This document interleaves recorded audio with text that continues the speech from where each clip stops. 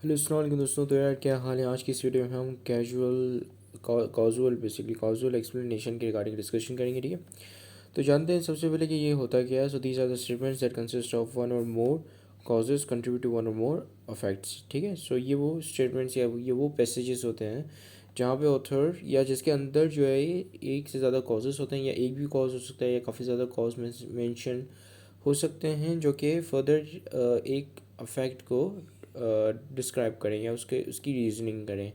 ठीक है, जैसे लेट सपोज़ कि मैं कहता हूँ कि ये चीज़ इस तरीके से हुई। ठीक है, या लेट सपोज़ कि ब्रिज गिरी। अब ब्रिज गिरने की क्या क्या कॉजेस हैं, ये कॉजेस लिस्टेड हूँ यहाँ पे। और अफेक्ट क्या हुआ, अफेक्ट ये हुआ कि ब्रिज गिरी। जैसे कॉज ये हो सकता है कि हम वहाँ पे ब्रिज को बनाते वक्त जो रॉ मटेरियल यूज़ किया गया था वो काफ़ी जो है लाइक मतलब सस्ता रॉ मटेरियल था, चीप रॉ मटेरियल था।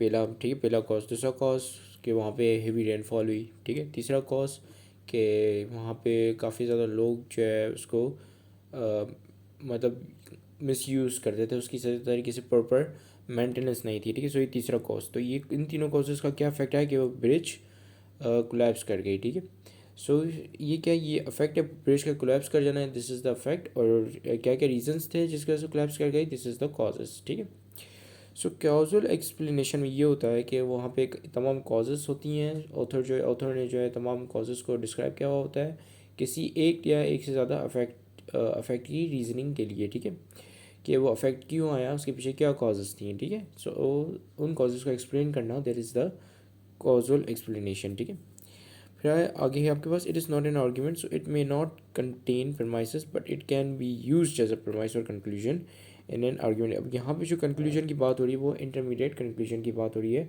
फाइनल कंक्लूजन की बात नहीं हो रही है। ठीक है, सो ये कैजुअल एक्सप्लेनेशन ये एक तरह से आर्ग्यूमेंट नहीं होता। ठीक है, आर्ग्यूमेंट ये वो होता है जहाँ पे किसी पॉइंट को प्रूव करने के लिए ऑथर या आर्ग्यूअर जो है वो रीजंस या प्रोमिसेस गिव मतलब दे उस पैसेज में या उस आर्ग्यूमेंट में अंदर, और काफ़ी मतलब कोशिश करे कि उस चीज़ को परसुएट किया जाए। ठीक है, या उस चीज़ को जिस जिस बंदे को वो आर्ग्यूअर जो है वो आर्ग्यूमेंट प्रेजेंट कर रहा है, तो बंदा उस आर्ग्यूमेंट को या उसकी बात मान ले। ठीक है, एक्सेप्ट कर ले। ठीक है, या कोई चीज़ के हवाले से वो कह रहा है कि भाई ये चीज़ नहीं होनी चाहिए, तो उस चीज़ को वो मतलब वो कर ले, तस्लीम कर ले। ठीक है, इन उर्दू हम इसको आई थिंक तस्लीम करना कहते हैं।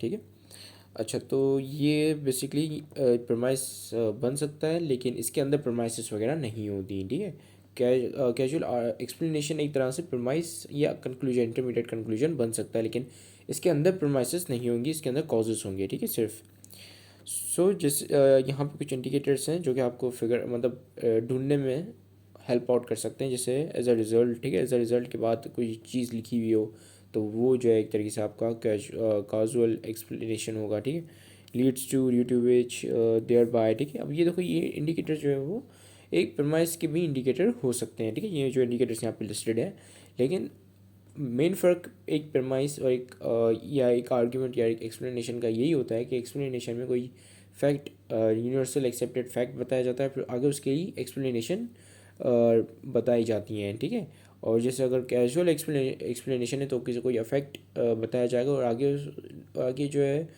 सिंपली मैनर में उसके कॉजेस लिखे हुए होंगे। ठीक है, या बताए जाएंगे। ठीक है, लेकिन एक आर्ग्यूमेंट के अंदर आपको परसुएट किया जाएगा कि आप मानो उस बात को। ठीक है, सो वो आर्ग्यूमेंट होता है, और ये एक्सप्लेनेशन और आर्ग्यूमेंट का डिफरेंस है। ठीक है, अब जैसे कि यहाँ पे लिखा हुआ है, a passage is said to be a casual explanation when the author is simply giving causes that contributes to effects and not trying to persuade the reader. ठीक है, not trying to persuade the reader, this is important, कि वो reader को persuade करने की कोशिश नहीं करता है कि भाई वो रीडर जब पढ़ने के बाद बोलते हैं कि भाई मैं कन्वर्ट हो गया। ठीक है, मेरा रिलीजन में कन्वर्ट हो गया, तो ऐसा अगर वो बोलता है तो उसका मतलब कि वो आर्ग्यूमेंट है। ठीक है, और सिर्फ एक्सप्लेनेशन है तो उसमें खाली उसने अपने व्यूज़ या कोई ऐसे स्ट्रॉन्ग वर्डिंग का इस्तेमाल नहीं किया होगा कि जो कोई बंदा पढ़ने वाला परसुएड हो जाए। ठीक है, सिर्फ उसको एक बयान किया होगा, एक तरीके से बयान, या जो कहते हैं ना कि बयान किया है उसने, उसको डिटेल में बताया कि भाई ये चीज़ें हैं। ठीक है, अब तुम जानो और मतलब ये चीज़ें तुम जानो और फिर मैं तुम्हें कुछ नहीं कहूँगा। ठीक है, मतलब कोई चीज़ आपको कोई चीज़ एक्सेप्ट करने के लिए कोई चीज़ मतलब नहीं बोलूँगा। ठीक है, सो आई होप आप समझ गए होगे। वैसे मुझे लग रहा है कि मैंने काफ़ी मैसअप कर दिया है। ठीक है, So to accept or reject something, on the other hand, in argument, causes are provided to convince reader that effects are true, ठीक है. सो आर्ग्यूमेंट के अंदर कॉजेज इसलिए प्रोवाइड की जाती हैं ताकि रीडर एक्सेप्ट करे वही चीज़ को, ठीक है. और एक्सप्लेनेशन के अंदर कॉजेज इसलिए प्रोवाइड की जाती हैं ताकि जो रीडर है उसकी नॉलेज में आए कि भाई हाँ ये कॉज है, इसकी वैसे ही इफेक्ट आया है, ठीक है. सो ये जो है मेन डिफरेंस होता है एक एक्सप्लेनेशन का और एक आर्ग्यूमेंट का, ठीक है. सो इसी के साथ ये वीडियो खत्म होती है. Thank you very much for watching this video. Have a great day and अल्लाह हाफिज़.